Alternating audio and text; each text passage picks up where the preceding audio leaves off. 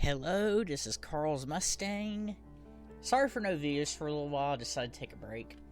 But we're back on the Crew 2 here, and I'm getting ready to do a review on the Crown Vic. So I never thought I'll say that's been the Crew 2, because the Crew 2 community's been asking for this since the Crew 1.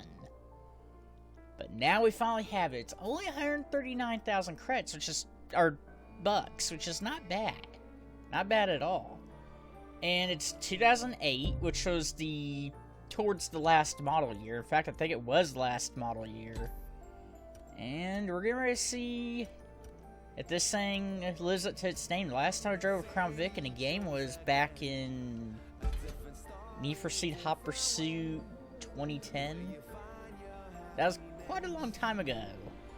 But as usual, I'll see you guys out on the track with the Crown Vic, and yes, you could put a full Interceptor kit on it.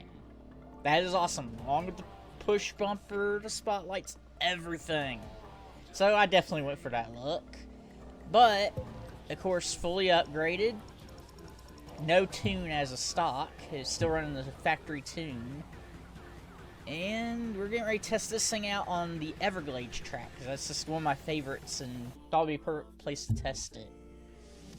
And yes, I still haven't got the motor pass yet, but I'm going to purchase that pretty soon.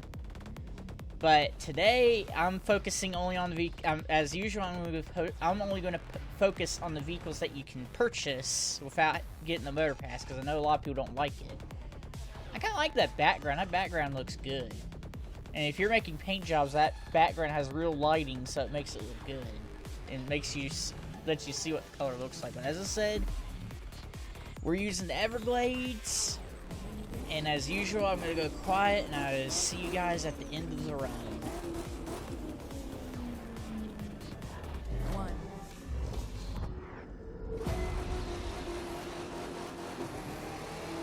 You feel like going for a little drive today?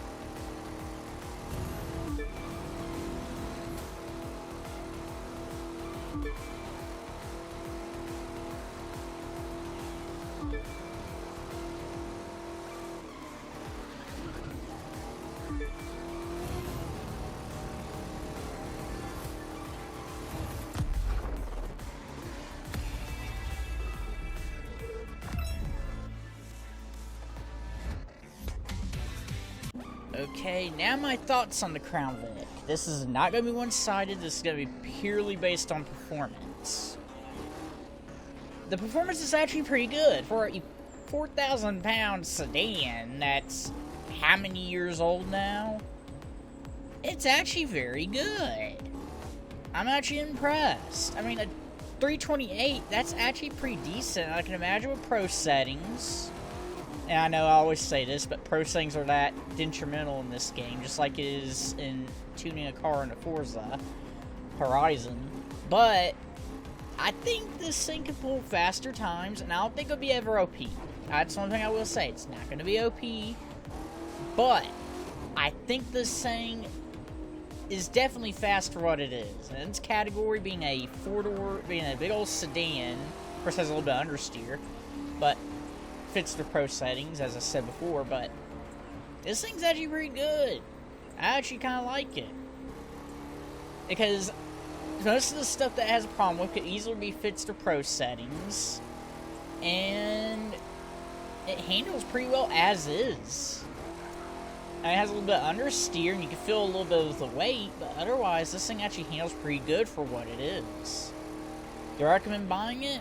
You don't necessarily need it for the Summit, but if you're like me and you've been asking for the Crown Vic forever, like the community has, go get it. It's definitely worth it. And if you're just starting, you can always wait until it pops up in a Summit bundle. That way you could get it for less along with some other cars. But this car is definitely a car I've been excited for, and I'm impressed. I like the way they made it handle, and I love the way they made it sound too. You can hear that 3-valve roar.